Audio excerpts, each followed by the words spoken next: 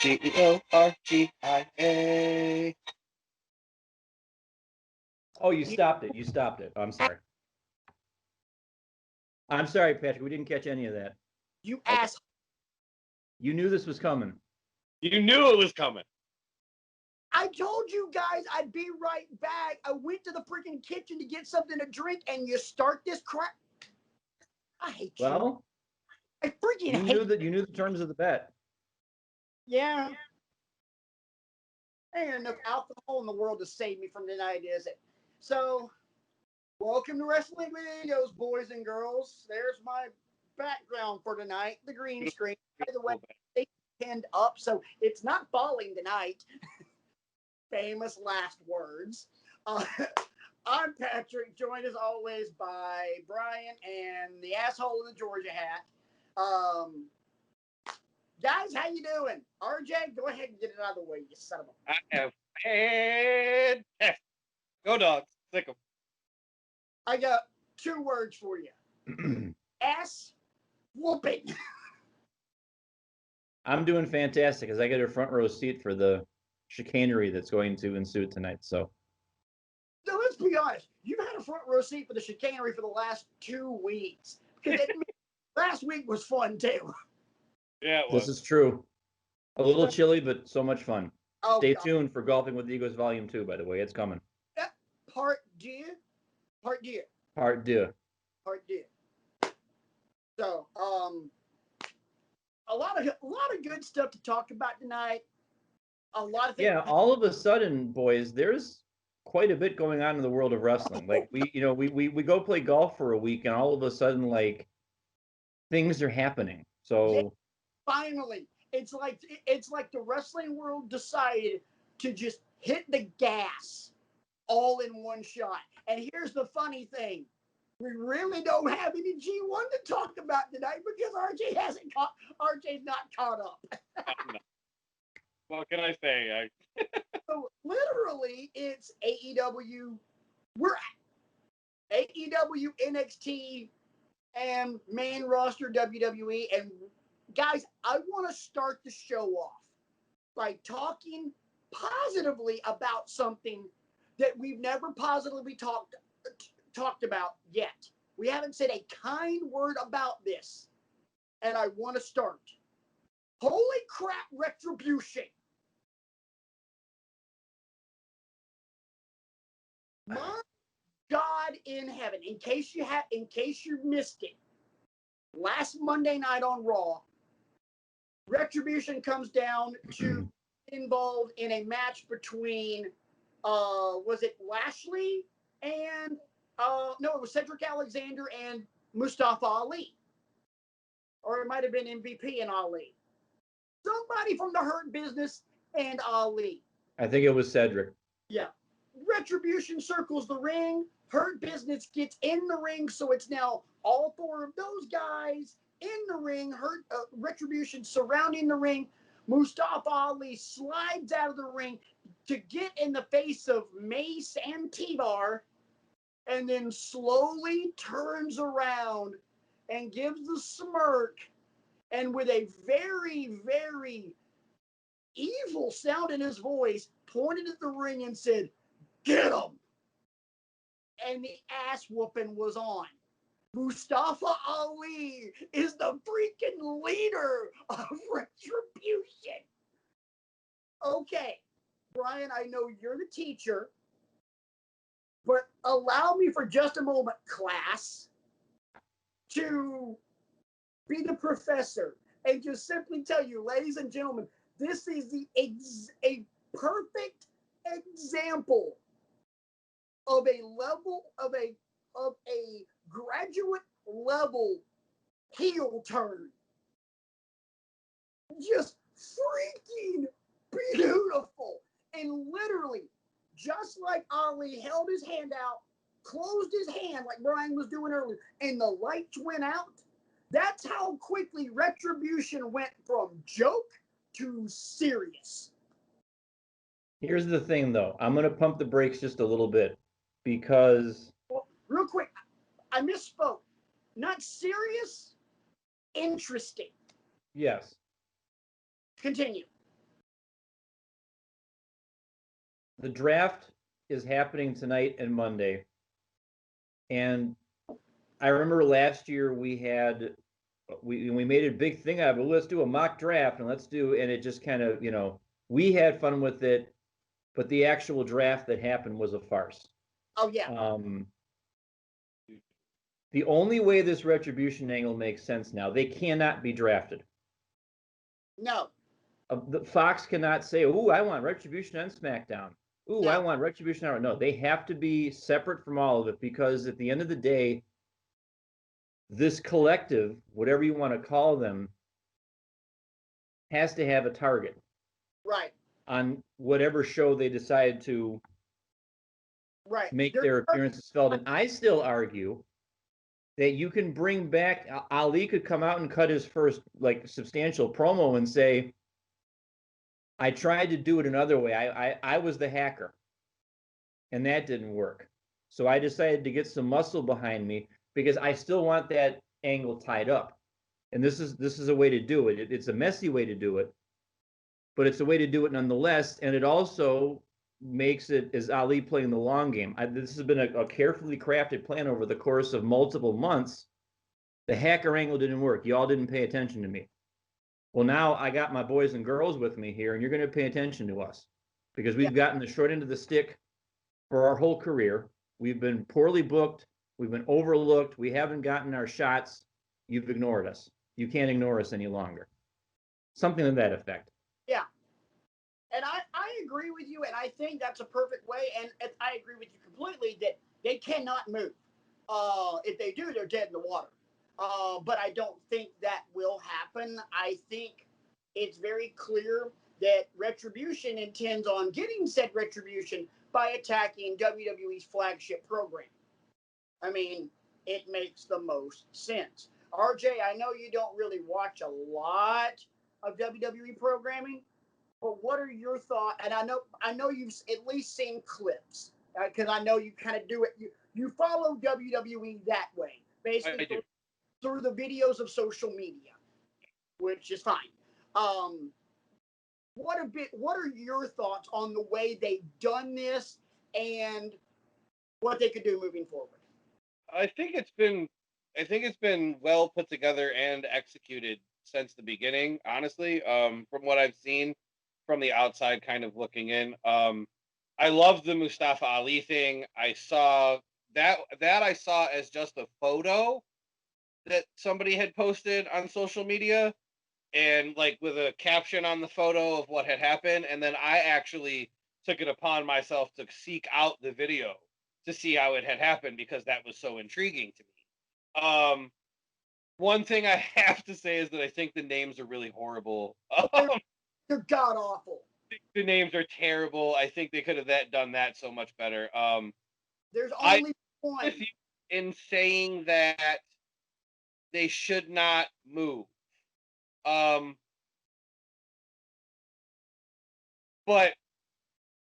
my mind has become very WWE pessimistic over the last year and a half, more so than it ever has before.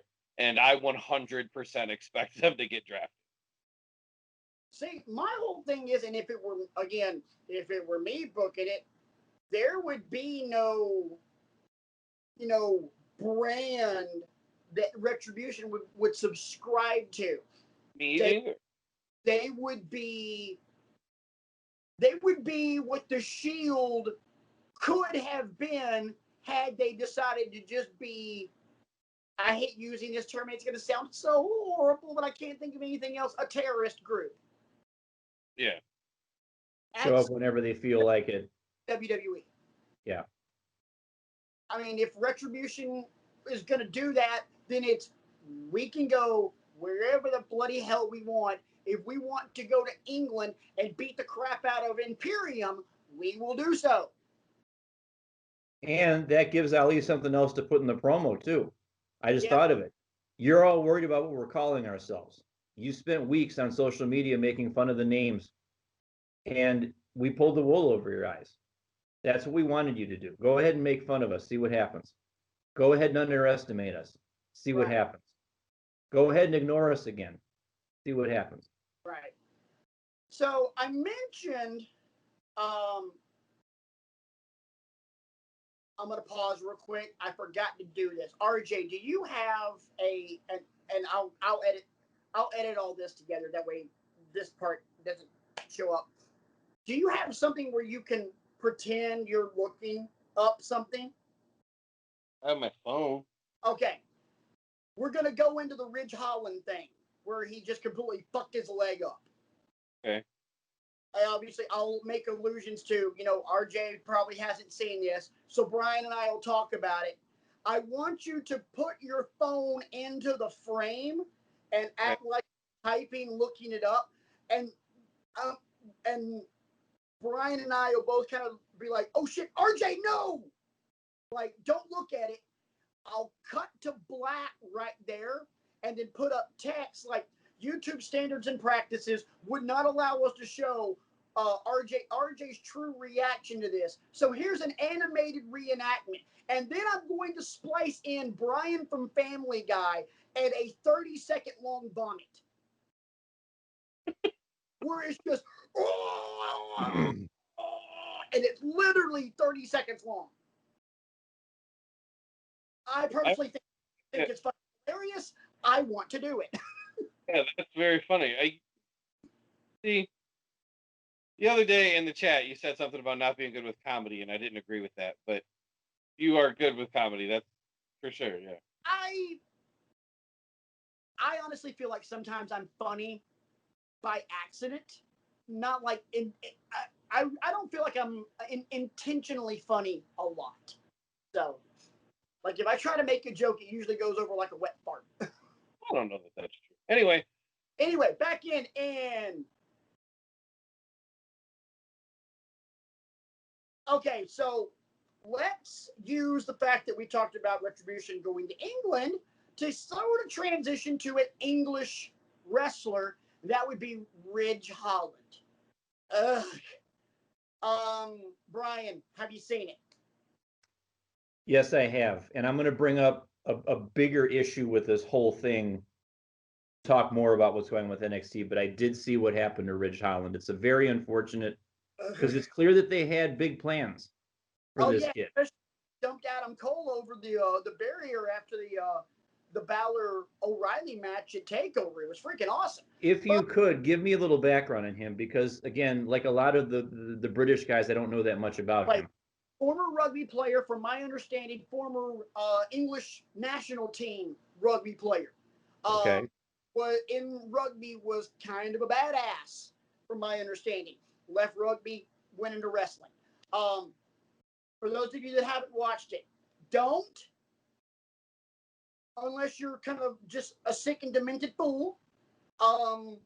Bad injury to Ridge Holland. Broke his ankle, dislocated his ankle, ruptured his patella tendon, dislocated his patella. RJ, no! YouTube standards and practices keep us from showing you what happens next. However, here's an animated reenactment.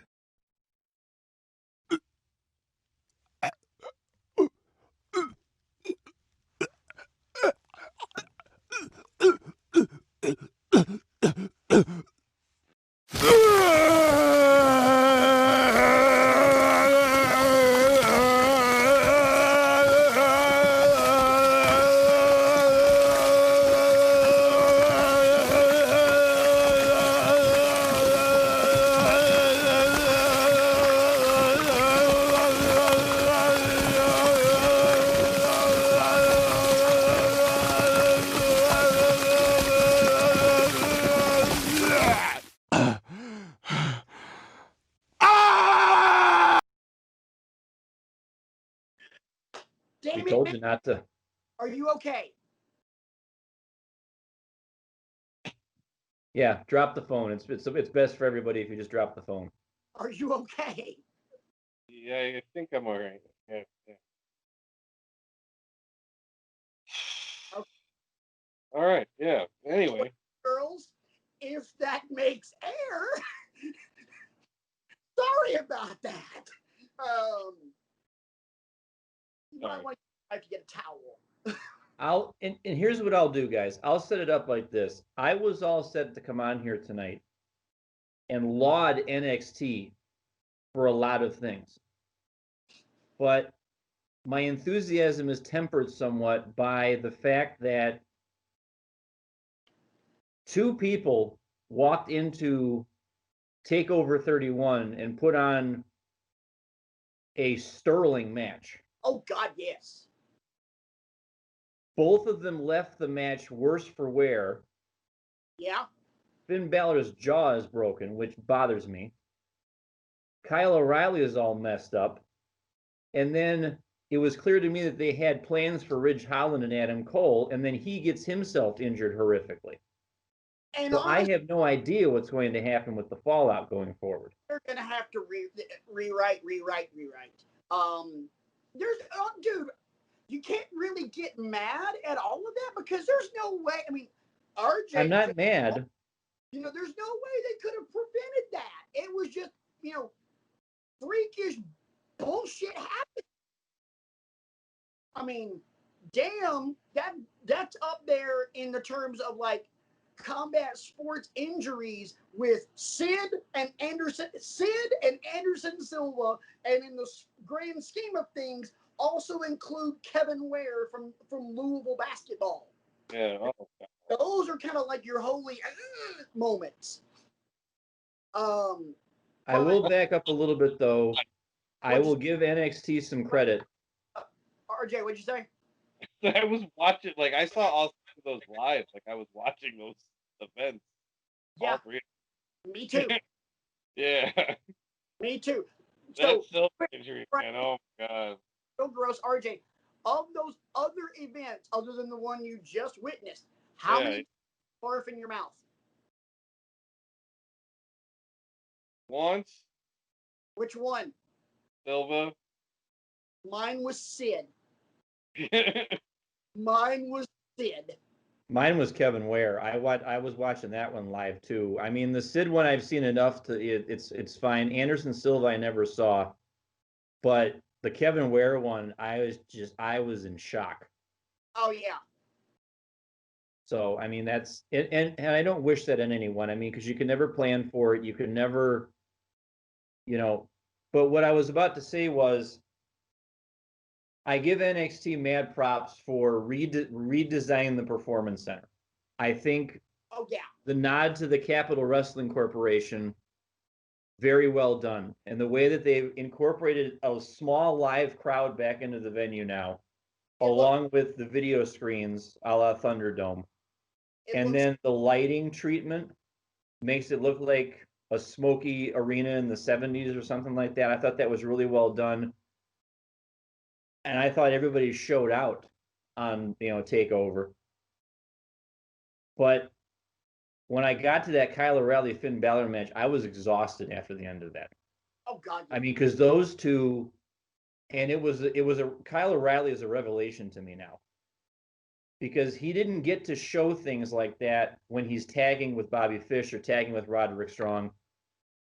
And surprise, never saw him in Ring of Honor. I know that he was a multiple-time champion down there. I know he's had barn burners in that promotion with insert name of famous wrestler here. And I need to go back and dig up some of those so that I know he's just more than air guitar title guy. There's a lot more to him than that dimension. Names real quick, if you're going to start exploring this, couple of names to look at. Kyle O'Reilly versus El Generico. Oh my God. And, believe it or not, Bobby Fish. Yes. Oh my God, yes. I was hoping that's what you were going to say. Kyle O'Reilly and Bobby Red Dragon split up and went to war over the ROH title. And those matches, if you were exhausted watching O'Reilly and Balor, we're going to need to get you an IV bag after watching this. Because those two I know what I'm doing this weekend. Yeah. Oh my gosh. Absolutely. It was like Rocky and Drago. I mean, I think I know when we signed off on Golfing with Egos last week, I said my hope was that they had a banger of a match, but Balor needed to win. But O'Reilly won also because it wasn't a squash. It wasn't, a 10-minute ho-hum. Yeah, you can get a few things in, but then I'm going to hit double stomp, coup de grace, reverse 1916 pinfall, done. Kyle O'Reilly handed out just as much of a beating as he took. Yes. And I like the end with the mutual respect between the two. Balor helping O'Reilly up. You knew those two guys had gone to war and moved the chess pieces around as much as they possibly could. And, job well done all the way around, except for the fact that Balor has a broken jaw in two places and O'Reilly had internal bleeding also. And I would honestly not worry as much about Balor having a broken jaw because McIntyre has too this year since WrestleMania. They keep talking about how McIntyre broke his jaw from the punch. No, he just legit had a broken jaw, and that's the way they wrote it in the storyline. He had his crap wired up. Guess what? Balor's going to do the same thing, and people are going to just treat that side of his face with some kid gloves for a while. He'll be fine. This isn't going to be like the freaking shoulder getting removed from his body thanks to Seth Rollins, who, by the way... Because I'm not going to lie, Finn Balor mark alert, I got worried as soon as I heard that. I'm like, now he's got to relinquish the title, and here we go again. I just didn't know the severity of it or what they would do. Or as Mick Foley once said, buy him some time.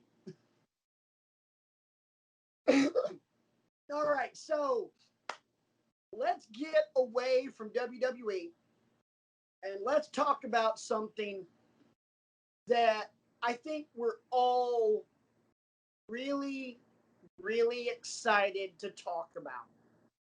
And that would be an amazing, amazing celebration Wednesday night on Dynamite for 30 years of Jericho.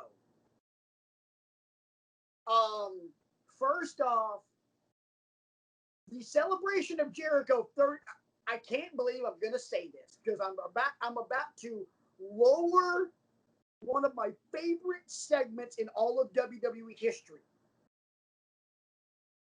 But the celebration of Jericho, beating the crap out of the clown, and the picture, and the back and forth between him and MJF, I'd actually want to put that above the Festival of Friendship. I don't. Don't get me wrong. Those are some strong words, pal. The Festival of Friendship was freaking brilliant. But at the same time, though, Jericho taking the painting, bashing it over the clown's head, and before the clown has time to react, blast him with a Judas effect. I was just like, oh. Dude, blasted that clown. Oh, high and tight. And then, what you do not see in wrestling anymore, they rolled the credits, and every Chris Jericho. Catering Chris Jericho. Jericho. Very, very funny. Very funny. But you just saw so many celebrities from so many walks of life and so many genres of entertainment, sport, pro wrestling, music, pro wrestling that is not associated with AEW or wrestling media. Bruh. Freaking Tanahashi. Bruh. I about fell off my couch when I saw Hiroshi Tanahashi show up on my television during AEW Dynamite. And then the episode goes on, and during Lance Archer's promos and Jon Moxley's promos, they use footage from Wrestle Kingdom. Like, I'm not trying to say that there's some kind of working relationship between my two favorite entities outside of football, but bruh, something's going on because Hiroshi Tanahashi showed up for Jericho, which, by the way, for those that don't know or don't remember, Hiroshi Tanahashi and Chris Jericho wrestled each other at Wrestle Kingdom in January. and then for them to also be able to use the footage, I about fell off my couch. I was so happy at some kind of at least thawing of a relationship between the two of them, because when Omega and the Bucks and Hangman and everybody, when they all left New Japan, Kenny and the Bucks in particular, New Japan officials were angry and they had hard feelings towards the Elite guys. And it's nice to see that there was a thawing of the relationship. Agreed. Brian, I'm gonna let you talk, but one more thing I have to mention is that in Georgia's 27-6 victory over the Auburn Tigers, they rushed the ball 45 times for 202 yards and 2 touchdowns. Inside information. No, what I was going to say was, stay tuned for our pre-Halloween special where RJ Fantasy books 1 year of AEW NJPW programming. In 3, 2. RJ is not doing that by himself. Well, I mean, we'll throw him a bone or two, but. But hey, to quote RJ, bruh. No, hey, RJ is not doing that by himself. I got to get some of that action as well, because first off, RJ, you alluded to it, the thawing of the relationship. If this becomes the catalyst that becomes a working relationship between AEW and New Japan Pro Wrestling, WWE is screwed. Oh God, yes. Because and you can thank Le Champion. Yeah, right. I'm waiting for my thank you. I mean, I my mind just shudders at the possibilities. I mean, you know, could you imagine? I mean, anybody. I mean, Okada versus Moxley, for crying out loud. I mean, Hangman Page versus Tanahashi. You know, Darby Allin versus Kenta. Hey, I'm good for a few things. That's why you guys keep me around here. Oh my! No, the one that I went to was, I know it's heel versus heel, but I don't care, because just the level, the asshole level that these promos would get to is just, makes me look like a bitch. And who do you think I'm thinking of, RJ? Jay White and MJF, probably. Oh, brother. Oh, brother. Look, I have the reputation on this show for being the jerk. I'll beat you to it, Patrick. Shut up and take my money. Shut up, take my money. No doubt. My God in heaven. I mean, there are endless possibilities to this. And Wait, I just thought of another one. No, me first. Don't get me wrong. We still need Young Bucks versus FTR. But I also need Gorillas of Destiny versus FTR. That was one that was going through my mind while you guys were talking. Jesus! Hell yeah. I don't know that it would ever happen, but could you just try to wrap your head around this one? Okada versus Orange Cassidy. That would be a. I'll throw out one that's a real like insider New Japan thing. You kind of got to know to know, but Orange Cassidy and Toru Yano would be pretty freaking fantastic. Yeah, that would be unbelievably entertaining. It would have to be a 4 or 5 or 6 minute match. It can't last long because of just the way that it would be, but it would be very, very funny the whole time. Something else I thought of. Is Toru Yano more of a comedic guy then? Odd. He wins matches by taping people to the guardrail and winning by countout. Yeah. Okay. Even though there's I'll drink to that. Particular G1, he used athletic tape to tape Sonata to a young lion, and then knocked out the young lion, and ran and got in the ring, and Sonata had to try to drag this kid back to the ring, and he couldn't. All right, one more, and then we're gonna move on.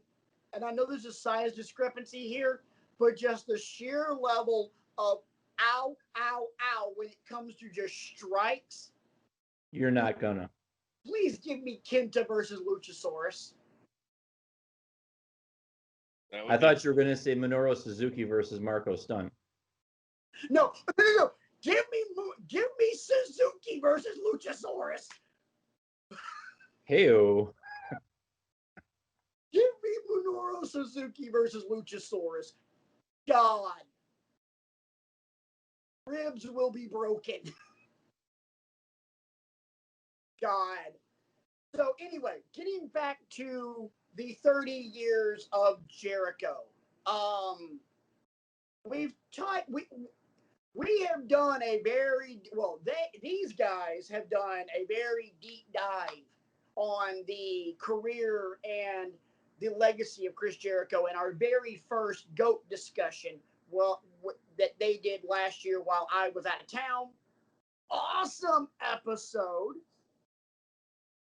But real quick, guys, in the 30 years of Jericho, your 3 favorite Jericho moments. RJ, go first, please.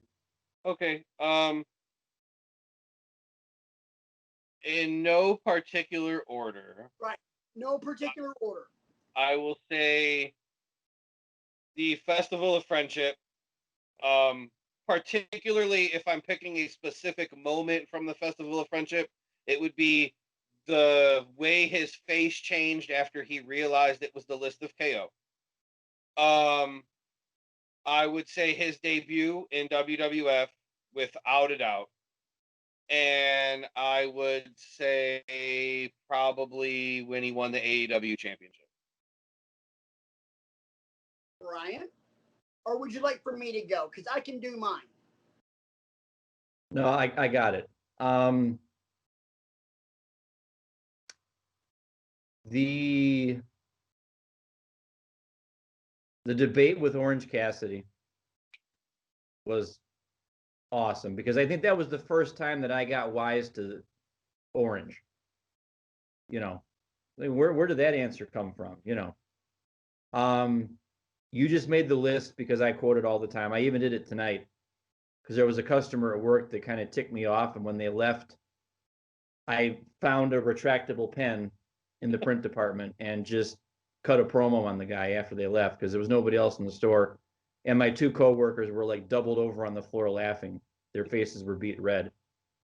It's a list of stupid idiots, and all of you are on it. And then my favorite one, oddly enough, it's one that doesn't get talked about that much, but it's when he came back the second time from his first hiatus, and the codes were showing up on the, because that led us to the very serious Chris Jericho. We would come out in the suit and tie all the time and talk very quietly and all that.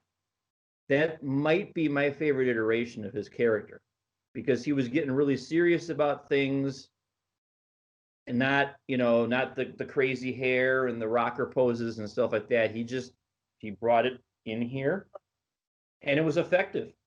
Yes. All right. Mine, in no particular order, except for number 1. My number 1 is his WWE debut. I'm sorry. Debate me to the ends of the earth. There is no greater debut in history, not even AJ Styles at the Rumble. That's the one that's close. Chicago 8/9/99 was just bonkers, and the pop was just insane. My second one, my next 2 are no particular order. My second one would be his title run after he beat The Rock and the Stone Cold on the same night. Okay. Just leading up into WrestleMania 18. I thought that was that's awesome. Everything else that he did after that doesn't happen without that credibility being the first ever undisputed champion in history. Ooh.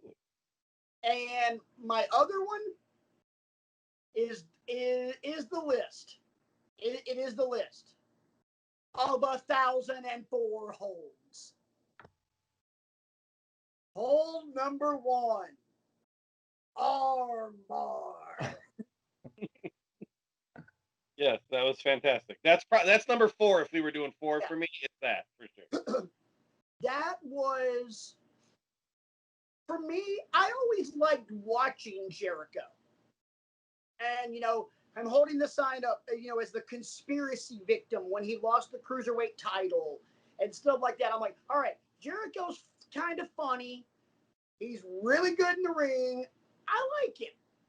And then that happened, and I was done. I was instantly a Jericho fan, and I never wavered. I was like, okay, this, I can literally point to, and there's a few wrestlers here and there where I can instantly point to a moment in their career and go, that is when they got me. Give me back my hold. Give me back my hold. That was the point in which I would go, yep, at that moment, I became a fan of that guy. Because after that came my favorite Chris Jericho-ism. You just made the list, and I'm the best in the world at what I do, and a little bit of the bubbly. But what about ask him? Ask him. Yeah, and he still does it. I know, but I was just like, oh. And then ask him what? Yeah. You want me to ask him? And then the other one in WCW that I love so much was when he would put his foot on the guy's chest. Yeah. Come on, baby. Absolutely. So, we talked about Chris Jericho being considered one of the GOATs of professional wrestling. I think we're at a point now where we start questioning whether or not he belongs on the Mount Rushmore. He's no longer just a GOAT. It's okay. Well, not necessarily the Mount Rushmore, because there's only 4, and that's really hard to do. But okay, you become a GOAT, and then you become a god, and you kind of belong on Mount Olympus. And I think we're at that moment where we're like, all right, is he on Mount Olympus, or is he just a really high level GOAT? And I think he's on Mount Olympus easily. I'm waiting to hear the argument against it, to be honest with you, because let's look at the facts. He's had memorable moments in 3 separate promotions now. What's the 4th? ECW. ECW, I'm sorry. He's reinvented himself countless times, multiple title reigns, and I argue what puts him on Olympus now is the fact that he is using his time in AEW to make new stars. Sorry, guys, the battery's running down, so I forgot to plug the charger in. So, you look at what he's doing with Guevara, you look at what he's doing with Proud and Powerful, you look at what he's doing with Hager, you look at what he's doing with Moxley. He is making sure that anybody, Darby Allin, anybody that he gets screen time with, Orange Cassidy, yes, is a better wrestler for having worked with him. Right. And my favorite thing about what he's doing right now, and it's kind of hard for him to hide how happy he is when he comes out and the live crowds are back and they are singing his theme song 20 minutes after it ends. I'm sitting on my couch doing it. I forget I want to say it was the first show back a couple weeks ago when they brought a little bit of live crowd back to Daly's place. He just going. Yeah, and they're running the camera through, and he's just standing there, and you could tell that he was internally loving every minute of it. Right. Listen to him, Tony Schiavone. They're singing my song. He's got to be so proud because it's in a way just I guess part of it formed because he was the first champion, and so he became the first like face of the company. Fozzy has, or Judas by Fozzy has turned into something of the AEW anthem. Like that's this, like it's not the entrance to Dynamite song. It's not Kenny Omega's song. It's not the Young Bucks song. Like the anthem of the company is Judas, and Jericho's the reason for that. And it's so much. I'll tell you, my little 6-year-old girl who hates all the bad guys and loves all the good guys. Her favorite wrestler is Cody. She adores Orange Cassidy. Can't stand Chris Jericho. Can't stand MJF. I mean, hates all the bad guys and loves all the good guys because she's a 6-year-old little girl. We get in the van and head to the golf course, and we're not even out of the driveway. And she says, Daddy, put on the Fozzy song. And she always says, I hate Chris Jericho, but I love his song. Yeah. I think that ends the debate, boys and girls. I want to leave it with one last thing on Jericho, and then we'll get into some deep dive action. Unless I'm missing something, but we'll get to that in a second. If you ever want proof that that song put his career at a completely different level than it ever had been before, I believe it was Kevin Kelly. Help me out, RJ. What was the first Wrestle Kingdom he performed at? Kenny Omega, Wrestle Kingdom 12. All right, 12. He comes to the ring, and that is his music. The first time he ever came to the ring to Judas. And Kevin Kelly on commentary says something to the effect, I'm paraphrasing here, I don't know how much more of a rock star you have to be to have your own music, your own number one hit playing you to the ring. Yeah, that's about what he said. Yeah. And I was like, son of a bitch. Yeah. He's got a point. I mean, and nobody else can say that. Oh yeah, I did my own music. I sang or I rapped or blah blah blah blah blah blah. Okay, cool. Was it a number one hit? Did it top a Billboard chart? The answer is no. Right. Did Chris Jericho? Yes. So, multi-time world champion, New York Times bestseller. Several times over. Yeah. I own all of them. Yeah. Billboard number one. I think Judas went platinum. I think it did too. But the defense rests. So I mean, TV host, been in movies. Yeah. We're not going to talk about the fact that one of them was a Sharknado. That's neither here nor there. But, I mean... Got a light bright jacket over. And let's be honest, all the wrestling podcasts that we have out now, everything that's in the Conrad Thompson universe and everything else, what podcast was the first one? Well, Art of Wrestling with Paul Cabana was actually first. The first big one. I'm like the one that got more than just wrestling fan appeal, that hit mainstream. Because he interviews lots of rock stars because he's best friends with guys. Right. Like and in movies and everything else, he does a lot of different forms of entertainment, and that became crossover, which was another way of making wrestling cool.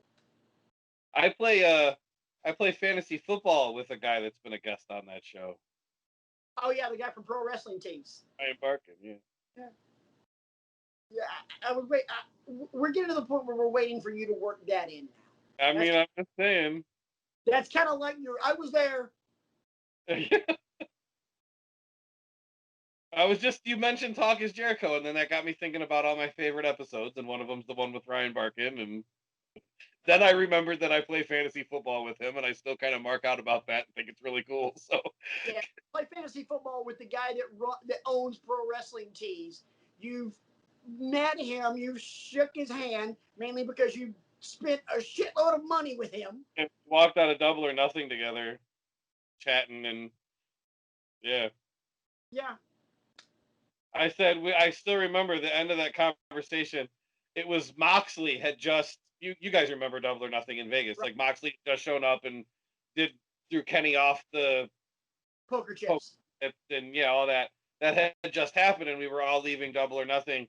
And you know how you've both left wrestling shows and football games or whatever. You end up getting all mushed together with all the people that are leaving, and then Right. whoever you're walking with is who you're walking with for the rest of the time until you hit the exit.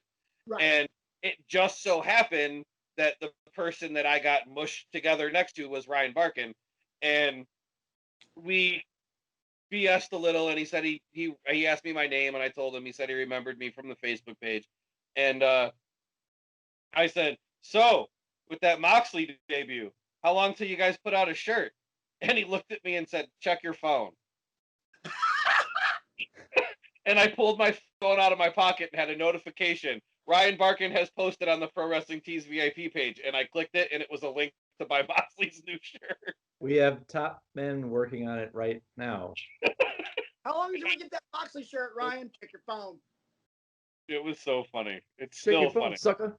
The only way that would have been funnier is if he would have grabbed his own phone and gone, now. Right now. Grab one out of his shoulder bag. Here you go. He's so on it. He's just, and then there's some idiots that post on the page like, I'm guessing that you had spoilers on what was going to happen on the show since you got that out so quickly. And it's like, well, no. Oh, thank. Ugh. Some people. Anyway. Thanks, Captain Obvious. Bruh. Anyway, we have been waiting a few weeks to do this. We didn't do it last week because we were golfing with egos. Some of us better than others, but you know. Hey, it doesn't matter who wins or loses, as long as we all have fun. Hey, speaking of wins and losses, in 27-6 victory over the Auburn Tigers, Nix actually went 21 for 40 for only 177 yards. He threw one interception, which he hadn't done in a while, and got sacked 3 times.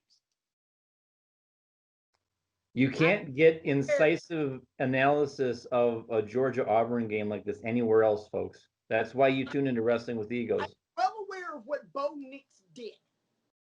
I'm sorry, what Bo Nix didn't do. I am well aware. I am well aware that I lost this freaking bet. And the football game. I'm over here looking at myself in the feed like, keep a straight face, and I just can't do it because, okay, yeah, Auburn got the living crap kicked out of them, but you know what? This is funny. This is funny. I agree. All right, so we've been waiting to do this, to do a deep dive. Gentlemen, ready? 1, 2, 3.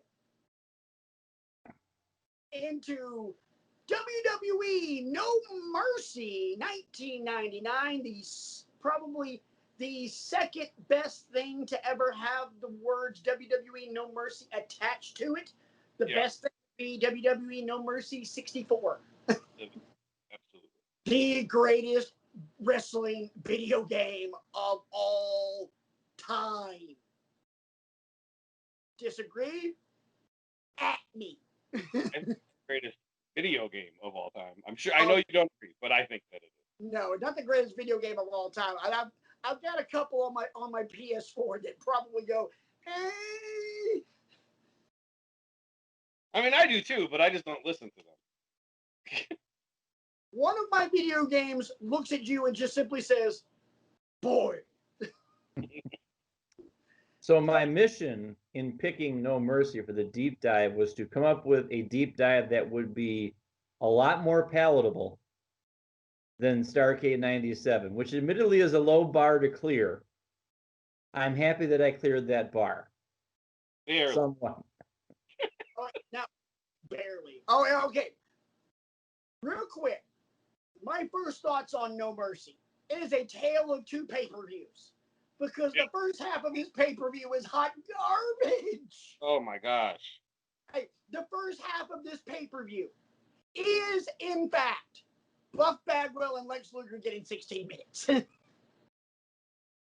Close. What do you consider the first half of the pay-per-view, though? Up to what point? Up until the ladder match. Let's see. I took notes, so I'm looking to see.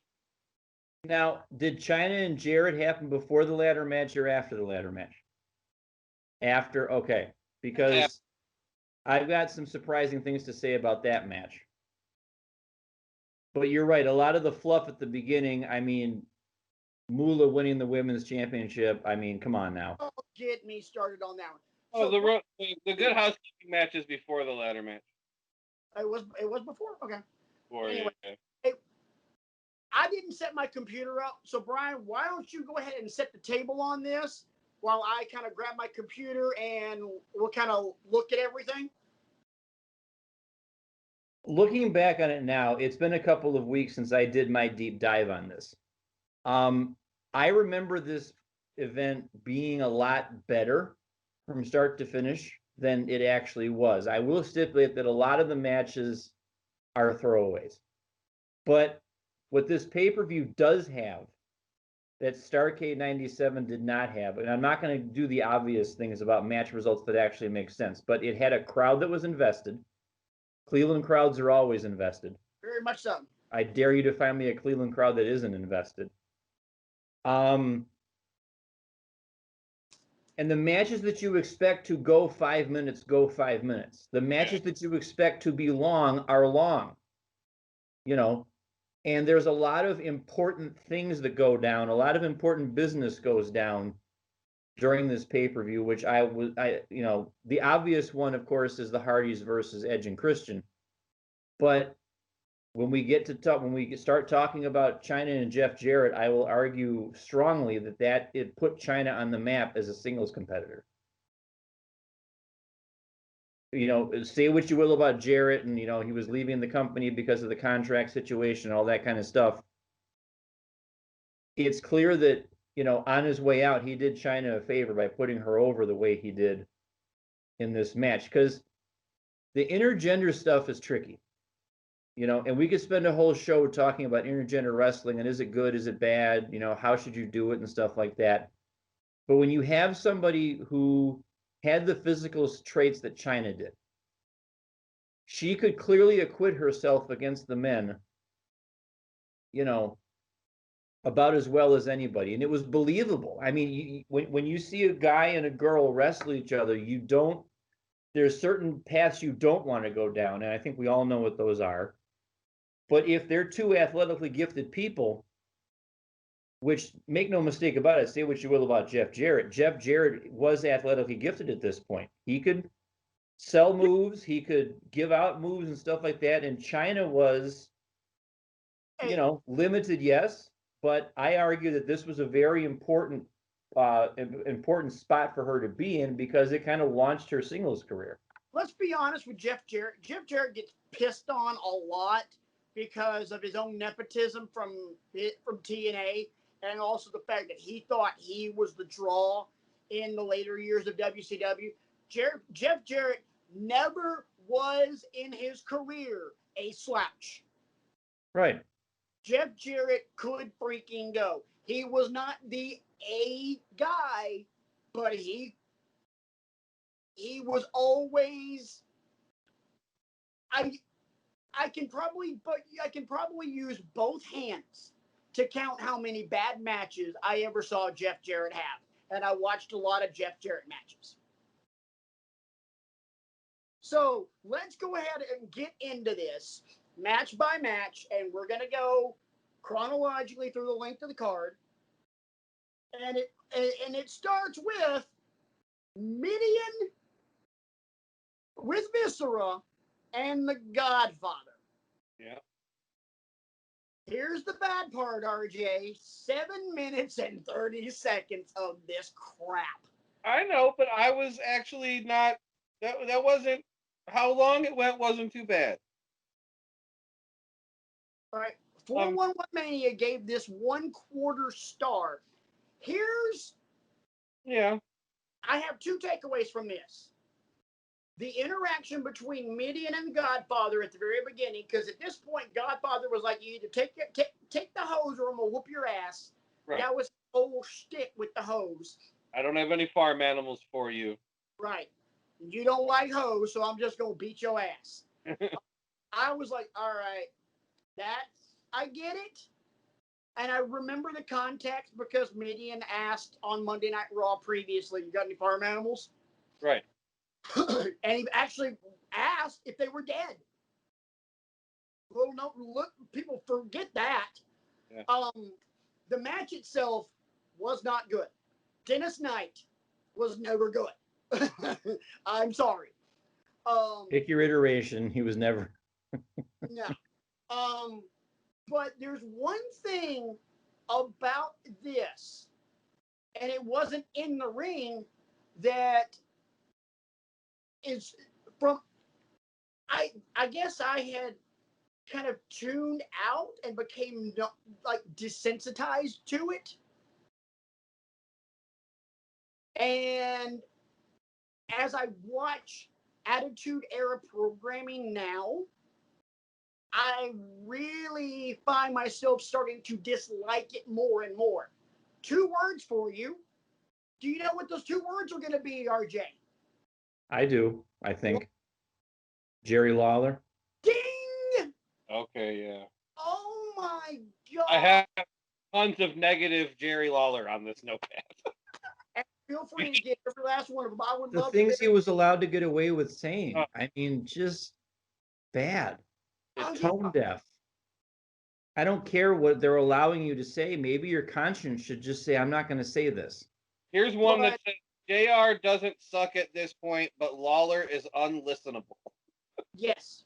And he absolutely freaking is. That wasn't until later in the show, but it was when I wrote that. But yeah. So Godfather gets the win.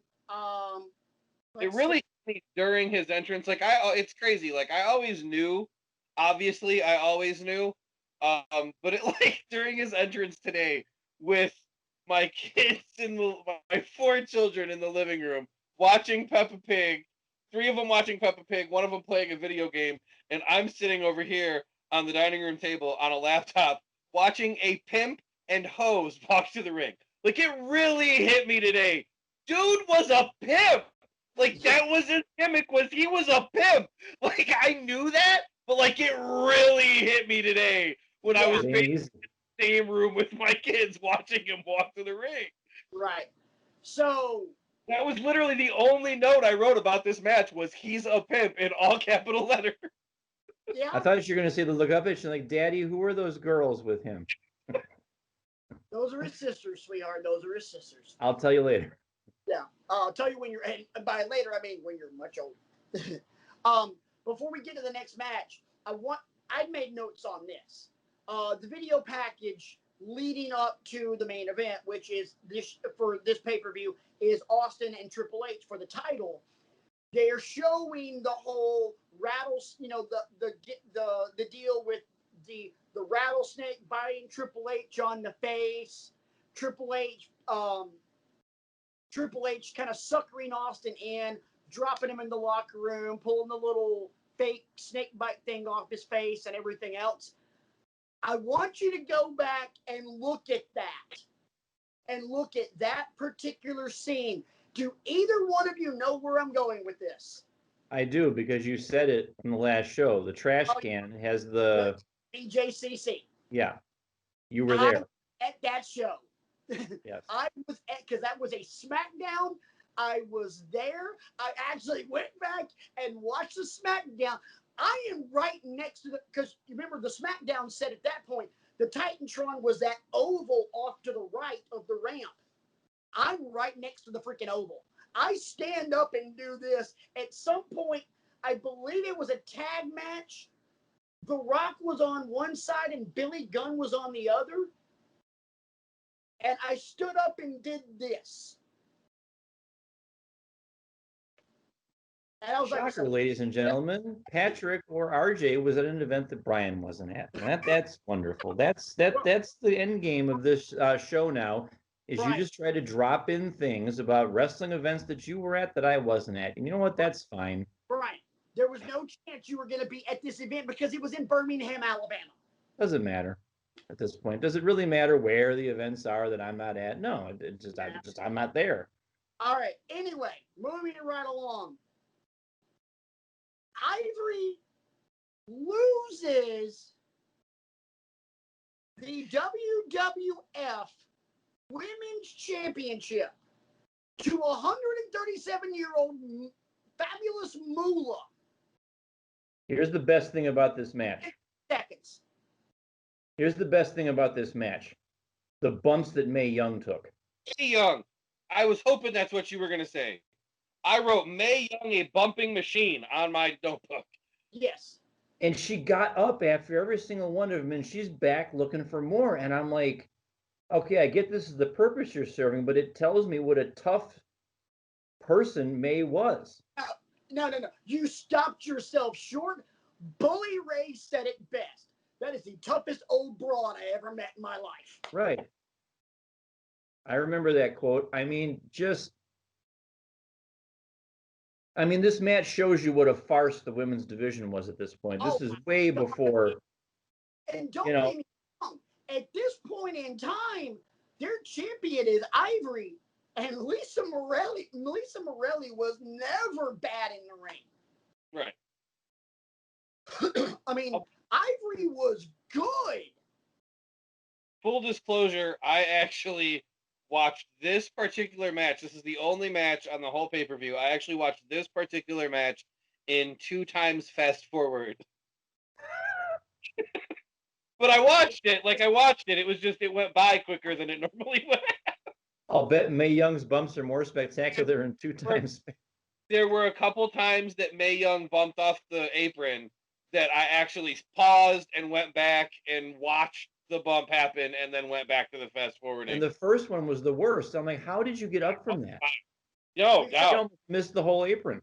Because Mae Young is the toughest old broad anybody ever met. Oh my, Mae Young was a freaking beast. And God knows what, she was what, 70 something at that point? Yes. Because ducked into the Hall of Fame, she was in her 90s. Yeah, that sounds about right. Because she made the statement when she was inducted that she wanted to be back for her 100th birthday, and she wanted to take a bump at 100 years old. Unfortunately, she did not. God bless you. 100. Oh my God, that would have been so badass. Oh, it would have been amazing. I'm sorry, but if I'm a wrestler, I don't care if I'm a face or a heel, I am begging to be the one to make her take that bump. Just be able to say, I worked with a 100-year-old badass. Yeah, no doubt. That in her prime probably would have killed me. I mean, hell, there were stories that Ed Strangler Lewis was afraid of her. This is true. Look it up. There's stories that Ed Strangler Lewis was afraid of Johnny Mae Young. I have to throw this in because I would not feel right if I didn't. And you can bleep this if you want to. You can leave it in if you don't want to. Fuck the Fabulous Moolah for the shit that she has done to all of the people that she has done her fucking shit. Yes.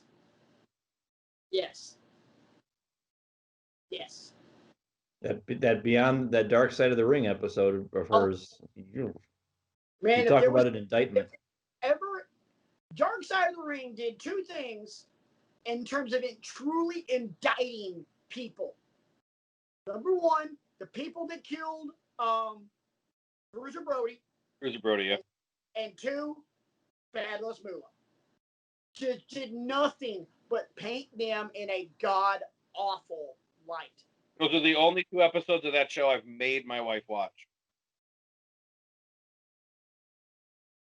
I never had to make my wife watch any of them. She watched every one of them because she found them all just brilliantly interesting. One of these days we'll have to talk about, because I would argue that a lot of those episodes are indictments. A lot of them are indictments because we already know they're indictments. Right, Yeah. right. You know, the Bruiser Brody episode, Tony Atlas has never told that story before. Right. Tony Atlas saw Bruiser, well, didn't see him, but Tony Atlas was smart enough to connect the dots. He was there when Bruiser Brody was murdered. And there are first-hand accounts of Moolah pimping out her girls. Right. Which is kind of ironic that she's on the second match of the card, and the first match of the card was in character pimp, moving right along. Yeah. Then we get to a decent match between the New Age Outlaws and the Hollies. I gotta be honest, I always liked the team of Hardcore and Crash. I always liked them. I will tell you that I actually forgot about Crash's super heavyweight gimmick thing that he did and walked out with the scale on his shoulder, and I was like, oh, right. And I forgot about that, so it was a nice memory to bring back. How can Billy Gunn lift up Crash? He's a super heavyweight. I know. That was funny. But dude, to Crash's credit, he did not get hardly any of the credit he deserved. That dude was built like a freaking tank. Yeah, no doubt. Little dude and thicker than oatmeal. Just like I always enjoyed his work when he was being serious, and then when he became the hardcore champion, was just running from everybody. That became just the only thing funnier than that involving a title is what R-Truth is doing right now with the 24/7 title. It's close. No doubt. It touches Crash's run as hardcore champ, my opinion. Really, and it's clear to me also how much fun Road Dogg had coming to Cleveland. Yeah. I actually wrote "Go Browns" on my paper because the "Welcome to the Dog Pound" sign and all the dog pound signs, and then he mentions the dog pound thing in the entrance. The entrance actually made me really happy. I specifically didn't look up the order of the matches before watching the show so that I could be surprised at what was going to happen next, kind of deal, kind of like watching it live. Right. And when the "Oh, you didn't know" hit, I got just as excited as I used to when I didn't know it was coming, and did it, and did the whole thing, with him in the ring, and 2 of my 3 daughters stood right over there and just looked at me like I was crazy. Like,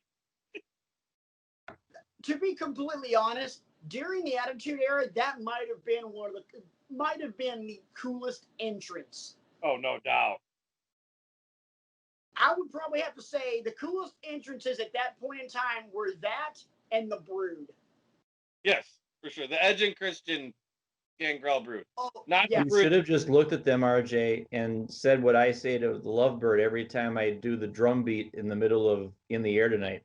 Just say you're contractually obligated to do this entrance. Yes. Whenever it comes on. Oh, you didn't know? No one's better call somebody. I'll tell you what was even better was at the end, after they had beat up the Hollies and forced them to leave or whatever.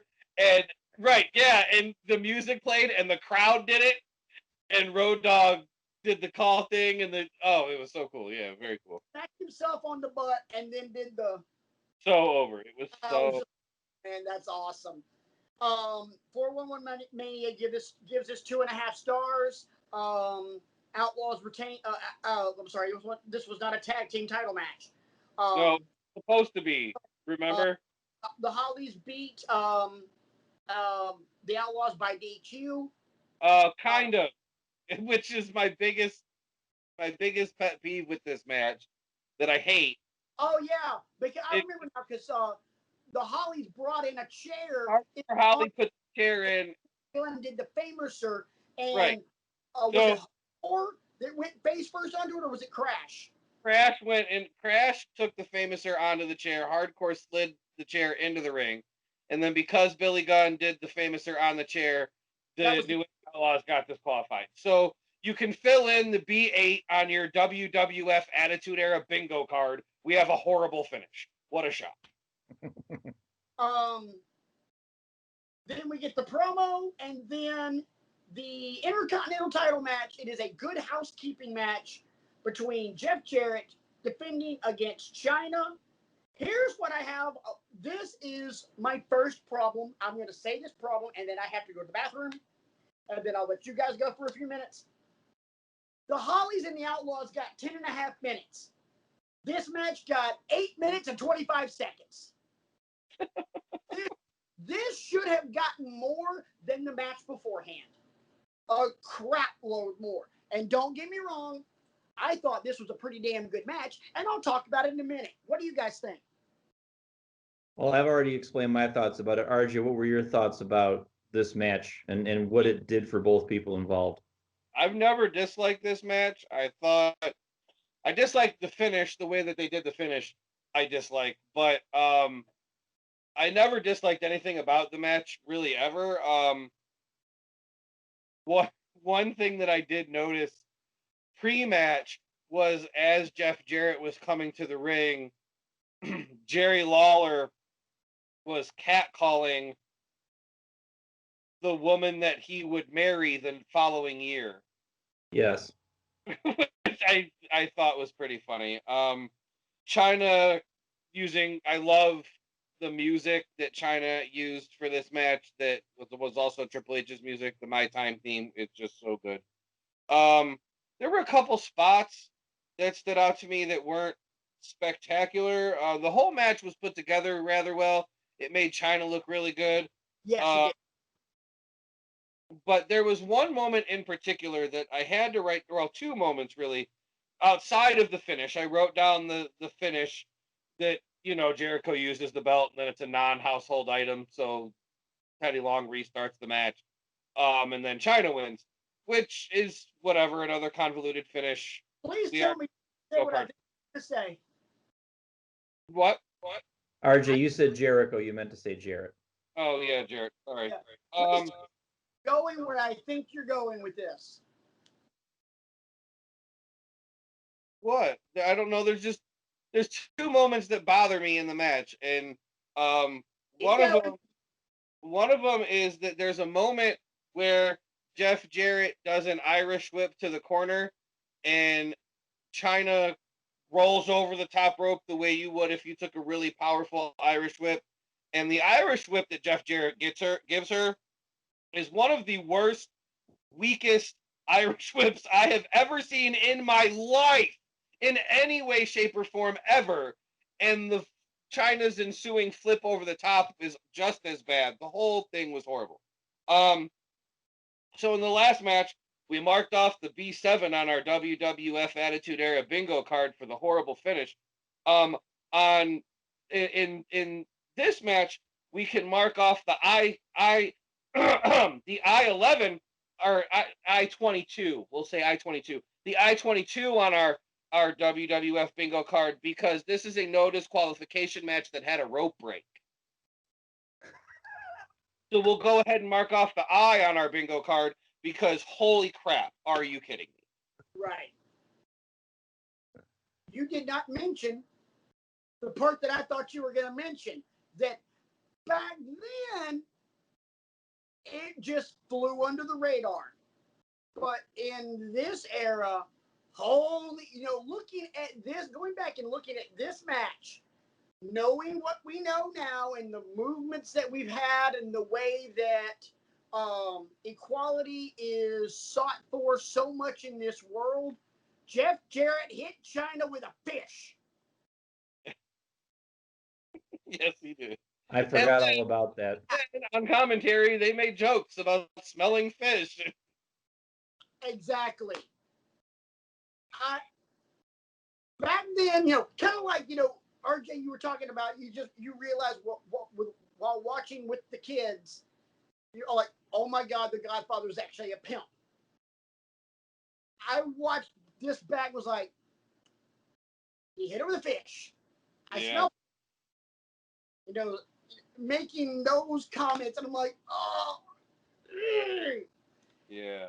So it's kind of like one of those. This isn't like one of those baby it's cold outside kind of things where people are, in my opinion, people are just kind of stretching. But this is just like one of those things where like, oh man, this totally would not go over in this day and age. Good Lord. But the one thing I popped for in this match, I gotta look, who was it that got hit?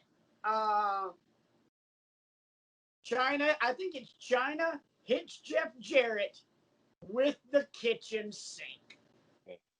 I was like, that Jarrett brought to the ring. That Jarrett brought to the ring, right. That Jarrett brought to the ring. I'm like, all right, that's awesome. And then the Intercontinental Championship gets used. Jarrett wins. They stop. They reverse the decision because the Intercontinental. Hold on a second, Mal. Hold on a second, player. And then Chyna hits Jeff Jarrett with a guitar. Yeah. Which, okay, household item, but not an everyday household item.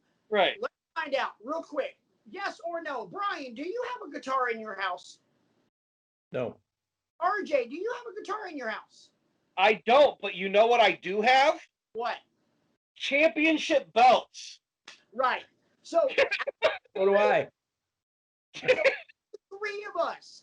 One person get championship belt, not the little $14.99 toys, because I got one of those. So I have three of those. Oh yeah, I'm still calling it a championship belt. Come on, Yeah. man. One person has a legit championship belt, and one person has a guitar.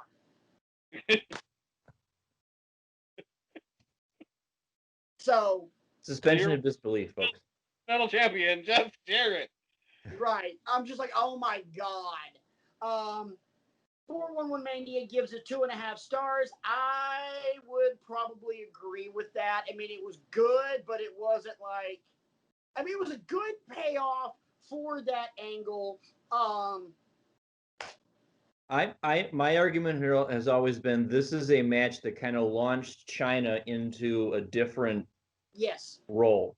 She's not the heavy for Triple H anymore. She can go in the ring, and then after this was over, she's already coming off the feud with Jericho at this point, yes? No. Or is she about to get into the feud with Jericho? Jericho's about to debut. That's right. Yeah. She did a great program with him, and then she goes and she kind of revitalizes the women's division after that. Brian, I was wrong. This was October 15th of '99. Jericho had already debuted.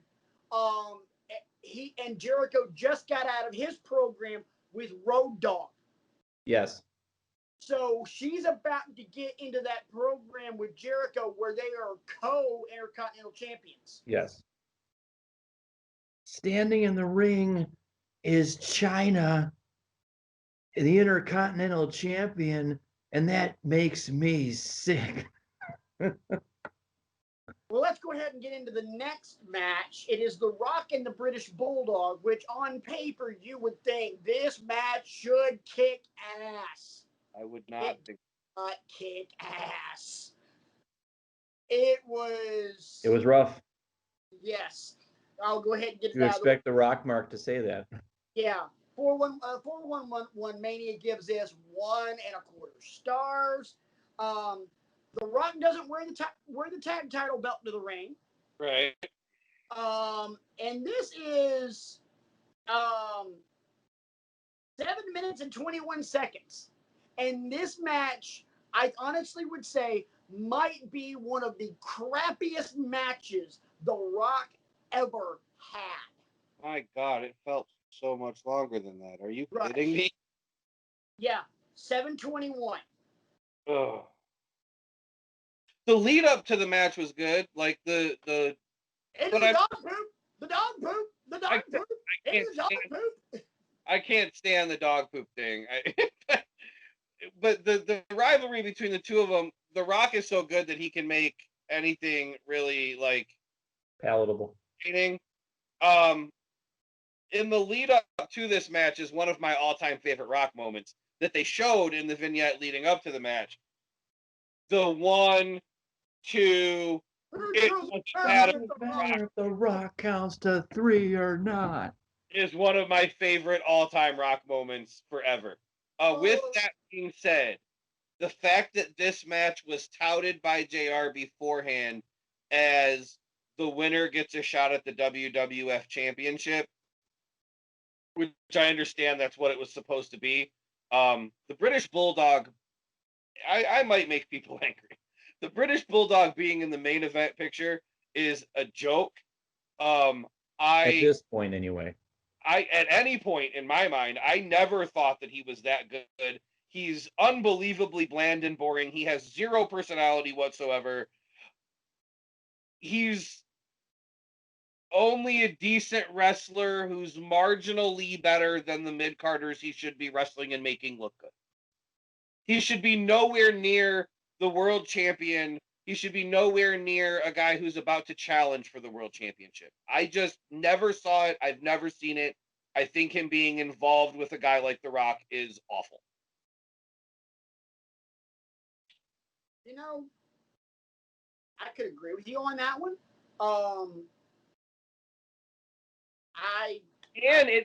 During the match, I actually noticed moments where I thought The Rock was being very, very lazy, which is not anything that I've ever said about The Rock before, which leads me to believe that maybe even subconsciously he was wrestling down to the British Bulldog, because I've never seen The Rock look that lazy and it wasn't. I wouldn't even say methodical. Like, it was just he was lazy in certain moments. Like, right. It just seemed like this guy's so below me. I don't understand why I'm doing this. Well, let's go ahead and get off this match, and I would like to, if you don't mind, skip the next one and save it for last, and power through the rest of this pay-per-view real quick, because we're at 25, and then I want to get to the big one. I do have to mention one thing. In between this match and the next one that we're going to skip is a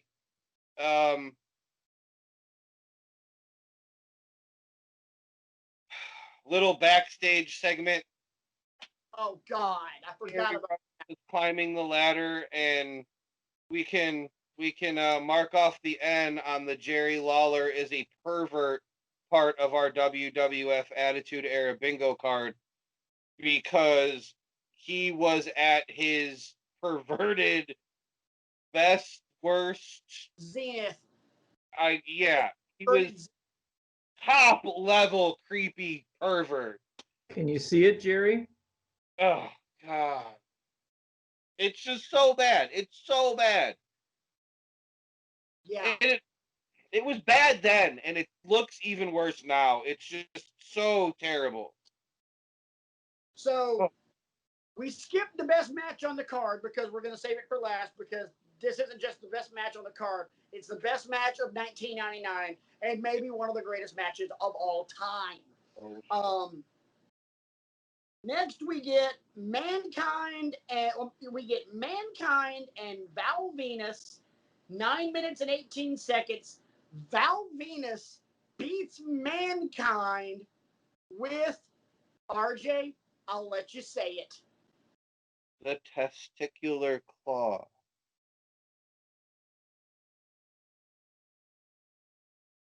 Best hold in the history of professional wrestling. This match was brutally boring, and I love Mick Foley. I do too. Can I also say one thing? This match was brutally boring, and I hated Val Venus. Yes, me too. I was nothing about him that I liked. I was like, oh my, like, your gimmick is stupid, and you suck. Can I point out something that I noticed? This is peak Attitude Era. Wait, something you noticed during the Georgia versus Auburn game, or are we talking about Val Venus still? During the Georgia-Auburn game, I noticed that Dalvin Cook's little brother, James Cook, averaged 8.2 rushing yards in the 27-6 victory for Georgia. Solid. That's solid. That's some good yards per carry right there. But the thing that I noticed in this match was that it's peak Attitude Era. Thank you, Brian. It's peak Attitude Era. I know it's my like receipt's coming, but I don't care. It's like you know that I'm sitting here with a list of stats from the Georgia Auburn game. I know you do, and I want you to get your stuff in because I don't get opportunities like this that often. So let's keep going. Guys, Val Venus. Let me bury myself real quick. Look, my head's turning about the same color as RJ's hat. It's a pretty hat. Val Venus, this is peak Attitude Era, this match. It's not a no disqualification match, but there are chairs all over the place in this match. Everybody is using a chair. It's not a no DQ match.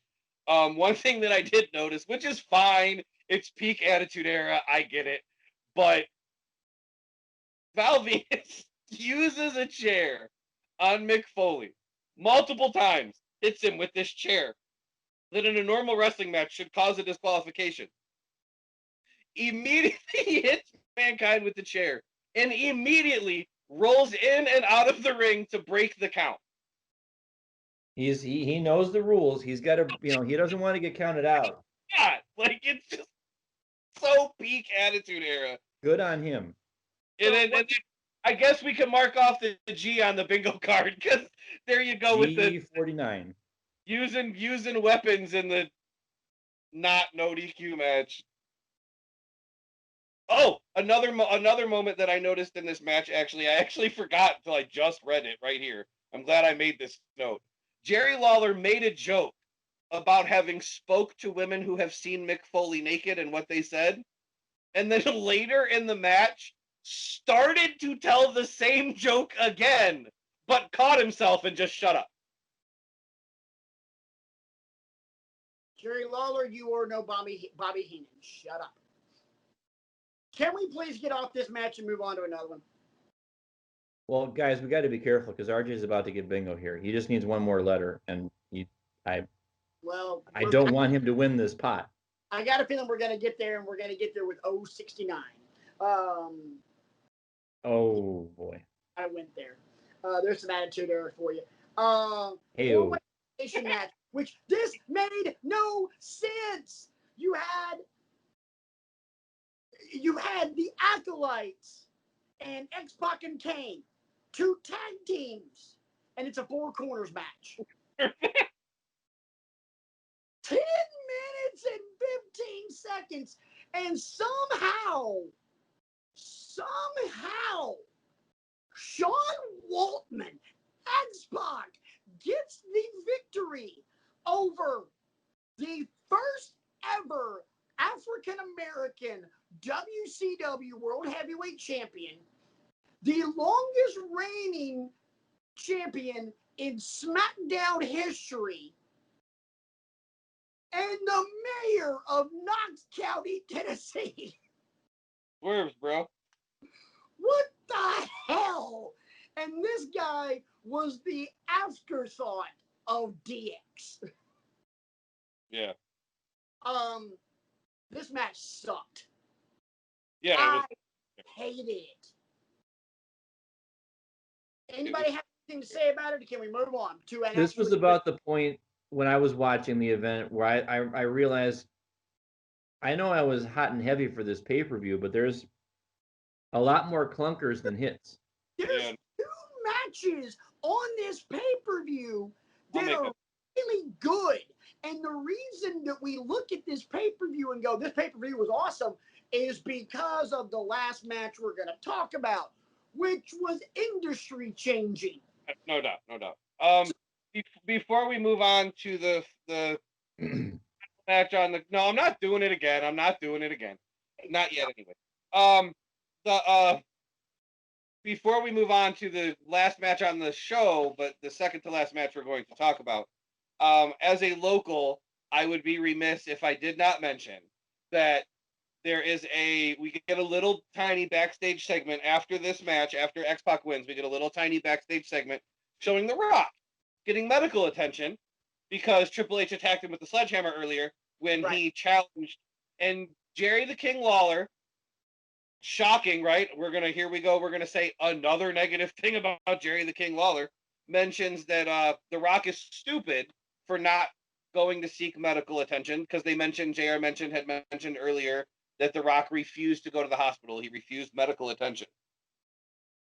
So Jerry Lawler says that it's dumb that The Rock refused medical attention. They have the Cleveland Clinic here, and that place is pretty good. As a local, I would like to point out that the name of the place is the Cleveland Clinic, but where this show happened was nowhere near a Cleveland Clinic. And if The Rock had been taken to a hospital, it would not have been that one. No. So as a local, I have to mention that Jerry Lawler said that, and there was not one. It would have been Metro, right? It definitely would have been Metro. But keep in mind, Jerry Lawler, even though he's, he is almost like the wrestling face of Memphis, Tennessee, lived a lot younger life in Cleveland, which is why all of his favorite pro sports teams are Cleveland. He's a Cavs fan. He's a Browns fan. He's an Indians fan. Because as a kid, he lived up here. Right. Absolutely.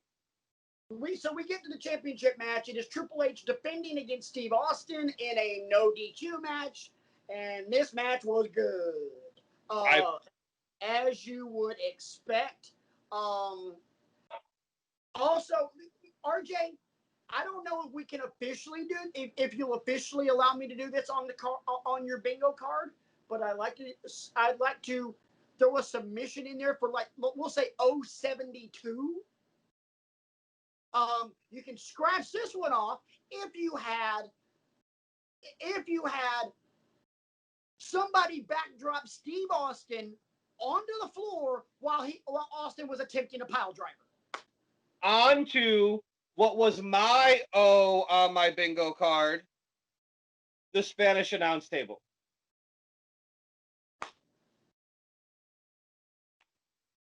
So we get WWF Attitude Era bingo on this show. Probably multiple times if we went back and counted. Yeah. From now on, we should totally try and do a bingo card when we do these deep dives. That can be fun. But I'm down for that. I'll have to see if I can cook one up. Glad you like. A lot of really good folks. I'll go into Google Drawings. Triple H gets the win because The Rock comes in with the sledgehammer and taped up ribs, tries to get a swing in at Triple H. Triple H gets out of the way. Rock hits Austin. Austin's down. Rock eats a pedigree. There's the cover. 1, 2, 3. Trips is still your WWF champion. F411 gives it 3 stars. I thought it was serviceable. Oh, very serviceable. I mean, Austin and Triple H had a lot more consequential matches than this one. This was a blow off, but it was still good. But at the same time, in my opinion, and one of the notes that I made was, this is another one in a long line of Triple H main events where he has to go, oh crap, I gotta follow that. Right, for sure. There wasn't anything of any really consequence in this match. There wasn't anything that was super spectacular, but nothing was terrible. I mean, it is Hunter and Austin after all. Literally the only things that I wrote down about this match are that when they were first fighting up by the entrance up on the stage, the security guard that was holding the crowd back looked exactly like Buff Bagwell. Like, maybe was Buff Bagwell. Like, he looked You about to make me cue that up again so I can watch? Oh my god! The referee of this match is all elite now. I have to mention that. Do what? The referee of this match is all elite now. I must mention that. Mike Chioda. And in true WWF fashion, JR mentions that in a no holds barred match, pinfalls count anywhere, which is not at all true. You're anyway, wrong. Wrong. Then we get to, and this is the only thing I hate about this match, the Terry Invitational Tournament. The tit. Yeah. It's the tit. And you don't have to bleep that because that's what the name of the tournament is. It's the tit. Right. I hated it. Was this a best of 5? It was a best of 5, right? It was best of 5. All right. So 5th match, best of 5. There's $100,000 suspended from the ring. Winner gets the money and Terry's managerial services, which, let's be honest, did not last long. The money's in, and don't forget, Jerry Lawler, the money's in a sack. So in order to win Terry Runnels, you have to grab your sack. He said that. Yeah, I forgot about that until you just mentioned it. Thanks, RJ. Anyway, this match. Yes, can we please talk about the match instead of the Jerry Lawlerism? Yes. We're at 38 seconds. We're going to hit 2 hours. I'm going to split this thing up again. I promise you that. We're going to get 2 shows again. Okay. I feel like will probably happen with a lot of the deep dive stuff. Yes, they're going to. Deep dive. And I could talk about this match ad nauseum. No doubt. So many good things happen in this match, and a lot of them have to do with both Edge and Christian and Matt and Jeff's ability to create tag team offense. You see so many of their moves using the ladder.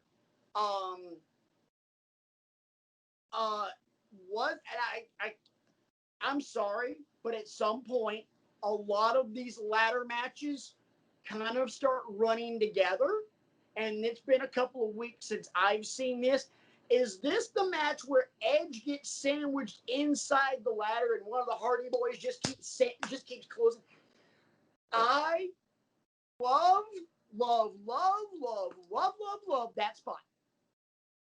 As do I. Something about that spot. Every time I see it, it's just like, oh man, that is so good. Absolutely. There are so many, you mentioned it, there are so many, and it's really the only thing that I wrote down.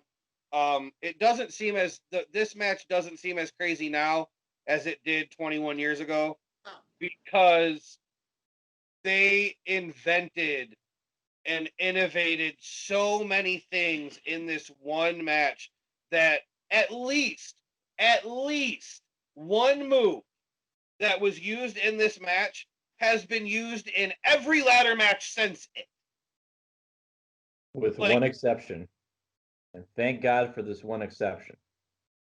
Every time I think about this match, the first spot that comes to my mind, Jeff Hardy in the leg drop. That catches the other 2 guys. Well, that wasn't a leg drop. I remember that spot too. Oh, you're talking about the seesaw. I call it the Joey Mercury spot. Yeah. I mean, I rewound it and queued it up again about 2 or 3 more times I mean the fact that both guys were fine, because it took out Matt and Christian, as I recall. Yeah.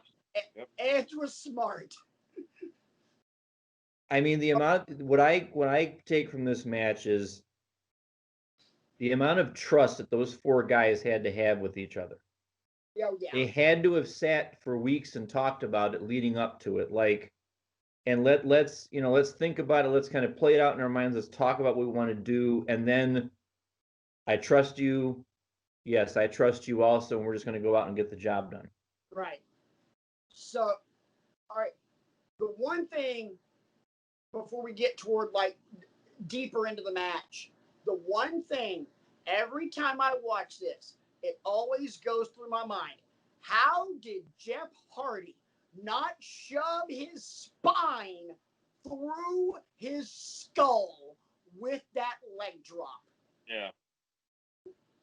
Leapfrogs over the big, gigantic bleeping ladder that's in the corner, standing on the top rope, leapfrogs it, does the full-blown vault. I mean, slow the thing down, and he is full extension, elbow locked, going over the ladder, and drops a perfect leg drop, and I believe it was onto Edge. Yes. Hits it, doesn't grab his ass going, ah! literally hits it, rolls over to his knees, and just goes. And that was the moment where the crowd just started losing their minds. Yeah. That was the only time I've ever seen an American crowd do a very Japanese thing. There was no cheering, no holy shits, no nothing. It was, that was, to me, that will always go down as one of the best spots I've ever seen in a wrestling match. Two of those spots that are on that list involve the Hardys and Edge and Christian in a ladder match. The other one may or may not have involved a spear. Yeah, that one. That spear. That one. My favorite thing about this match was the brilliant suddenness of the finish. Like, ladder matches are so easy to be like, okay, false finishes are so hard in a ladder match. Oh, like, absolutely. It's clearly not the end. This is clearly not the end. This is clearly the end. Like, that's how it is. That's how it always is. But with this match, with the 4 guys up there and the way that it all worked out, and then 3 guys fall, but Jeff stays and runs up the ladder and grabs the thing, like, the suddenness of the finish here is by far my favorite thing that happened. It wasn't the fact that he ran up it. Wasn't the fact that I believe it was Christian and Jeff are on one, because there's a belt here, there's a ladder, and then another ladder this way. This ladder starts to fall, and one ladder starts to fall. Christian gets ejected and throws himself on the top rope. And Jeff manages to just step off that ladder as it's falling onto the other ladder, and at the same time push Edge off because Matt had already been knocked off that ladder, and now Jeff is already halfway to 3/4 of the way up that ladder. 1, 2, grab, done. I mean, the amount of things you just checked off there that have to go just right, and they all went just right. It's scintillating. It's the whole time, too. Yeah. And trust me, we've seen a lot of ladder matches that the Hardys have been in where there have been some hella botches. Namely, Jeff trying to walk across those ladders, which I'm like, what in hell were you thinking, dude? But, excuse me, that match, and let me go ahead and say this. Without that match, ladder matches are not what they are today. We do not have Money in the Bank. We do not have TLC. Right. We do not have casino ladder matches. Right. The ladder wars that ROH used to have, like famously the ladder war between Kevin Steen and El Generico, none of that happens. Yes, Brian. Okay, gotta look that up too. The last match that Kevin Steen and El Generico had in Ring of Honor was one of the most violent ladder matches ever recorded in history. They nearly killed each other. And Kevin Steen gets the win with the package pile driver off of one of those ladders. That match is pretty phenomenal. They're about halfway up. Generico's leaned over. Kevin just grabs him, kind of pulls him down, falls. Package pile driver. Pretty phenomenal. Oh, it was epic. Yeah. It was epic. And that was during the moments where it wasn't fight, Steen, fight. It was kill, Steen, kill. Okay, that'll do it. Oh, yeah, no. Kevin Steen was a bastard at that point in his ROH career. But without this match on October 15th of 1999 in Cleveland, Ohio. Ladder matches that we know now here in the year of our Lord and COVID-19 2020. Ladder matches are not what they are today without this match. Which again, I say industry changing. No doubt. No doubt about it. Changing, not history making. Industry revolutionary. I mean, you look at all the people that cite these two tag teams as inspirations. I mean, that alone. RJ's favorite tag team, second best tag team on the planet, the Young Bucks. I mean, probably.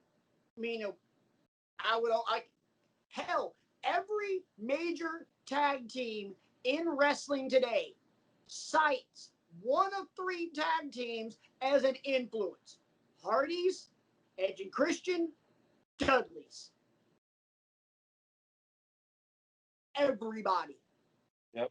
Unless you have family ties to the industry. Like, for example, the Guerrillas of Destiny. We cite our dad, who might simply be one of the baddest men to ever walk the earth.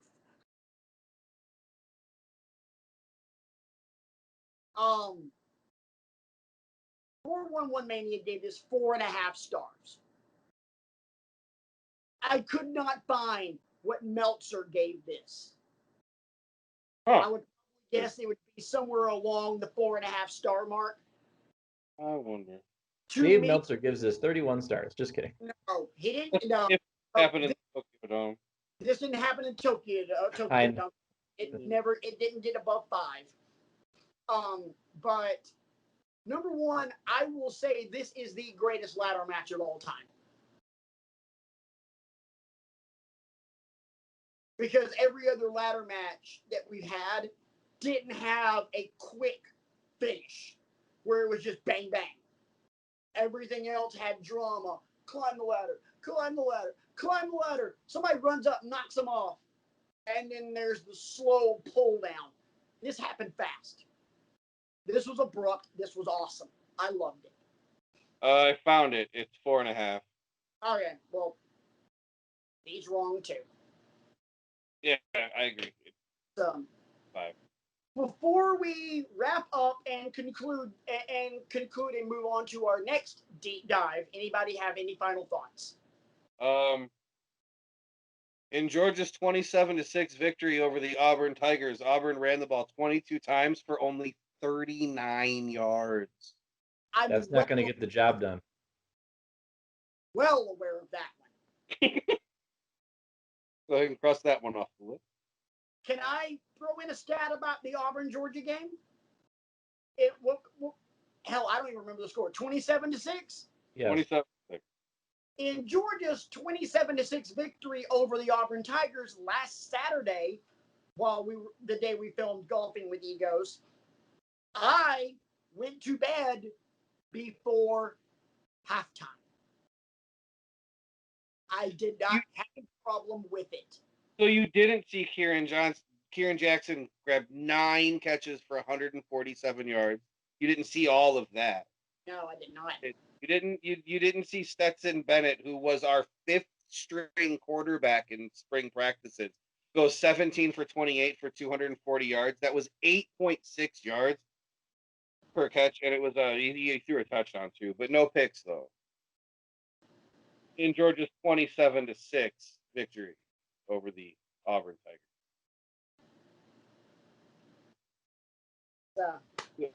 Ring the bell. Ring the bell. Ding, ding, ding, ding, ding. GEORGIA. There you go. Go, dog. All right, I'll stop now. You gave me the GEORGIA. All right. So, okay. So, you won the bet. Congratulations to your dogs. You kicked the crap out of us. You're not the last. We've talked about, some of the former audibly offensive radio bets where Chris Lemke and I would always try to win while losing during the LSU Auburn games. I'm asking permission. May I spin a little bit and at least leave the show on a positive.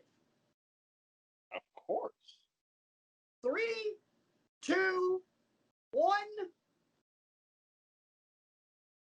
Raise your hand if your baseball team's still in the playoffs. Thank you for joining us for another episode of Wrestling with Egos. We want to thank all of you for your support. But we're forgetting something. No, we're not. I'm kidding. Yeah. I know. So, had to get my Braves logo up there. I'm happy with that now. Yeah, no, more like that because you guys aren't in the NLCS like we are. No, this is for whatever. This is not hashtag fly the W. This is whatever. Anyway, next week's our next deep What's the dive. offense? Yes, our next deep dive. RJ gets to pick it. I'm assuming, good sir, my dear Georgia fan friend, that you are prepared to give us our next deep dive. I am. This ought to be interesting. Well, it's not as interesting as long as it is not Georgia's 27-6 victory over Auburn last Saturday. It is not, but man, that would have been a good joke that I didn't think of. It's streaming now on the SEC network, ladies and gentlemen. I wanted to keep it, I wouldn't say simple, but easy for people to get to if they wanted to also watch it. So I didn't, as much as I wanted to pick something Japanese, I didn't. Because I want people to be able to get it, and WWE Network is an easy place to go. It kind of piggybacks off of No Mercy 99 in a way, because, and you'll both know where I'm going, watching Austin wrestle Triple H put me in the mood to watch another Austin Triple H match. So the next deep dive is going to be No Way Out 2001, which the main event is the 3 stages of hell match between Triple H and Stone Cold Steve Austin. It's actually a double main event. The other main event is Kurt Angle versus The Rock for the WWF Championship. And also on this show, there is a fatal 4-way for the Intercontinental Championship. Intercontinental Champion Chris Jericho defending against Chris Benoit, Eddie Guerrero, and X-Pac. This is a loaded card. This is a good one. What year is this? No Way Out what? No Way Out 01. 01, okay. Damn. And we're talking 2001, so we're hitting Kurt Angle in his stride. Oh, shout. This is I'll be interested to talk about this match with the two of you because I've always thought, and I'm not going to give it all away tonight, I've always thought this was one of the weirder Rock matches that I've watched. Because there's a moment in this match that we'll talk about next time. Still to this day, I'm not sure what happened. And I'll just leave it at that. As if the last one, the one we just talked about, wasn't weird enough? No, well, that one was just a throwaway as far as I'm concerned. Rock Bulldog did not live up to anybody's expectations for all the reasons we listed. But this one, I'd like to hear if there's some backstory, inside information on it, why it went down the way I saw it as going down. Because every time I watch that match, I see that moment and I'm thinking something doesn't add up there. But I'll just leave it at that. I'll put a period at the end of that sentence, and we'll put on some fresh swim trunks again next week and do a deep dive into No Way Out 2001. Yep. I'm definitely going to need some because, I've kind of been swimming in piranha-infested waters all night. The bet, you made the bet, and Georgia beat Auburn 27-6. So, I mean... I'm not sure what RJ stands for, but we're just going with tonight you're Reginald Jerome. It stood for a lot of things in my life, believe me. Real jackass. I'll tell you a story real quick. I used to have in high school. My best friend in high school's name was Zach, and his mom was trying to be nice. A character. She was also a crackhead, which is factually accurate. That's not. Here though. I mean, she was a character. The day I met this woman, inside information. My friend from high school, Zach, introduced me to his mom. It was actually the same day that she paid for my Browns helmet tattoo on my back. He said, "Hi, Mom. This is my best friend. His name is RJ." And the first thing his mother ever said to me was, "What's RJ stand for? Rapid jerk off?" What the hell? These were the first words this woman ever said to me. So, yeah, RJ stood for a lot of stuff throughout my life. Right now, it's real jackass. Real jackass. So, for the real jackass, for my real best friend Brian, because the other guy in this show's a penis wrinkle.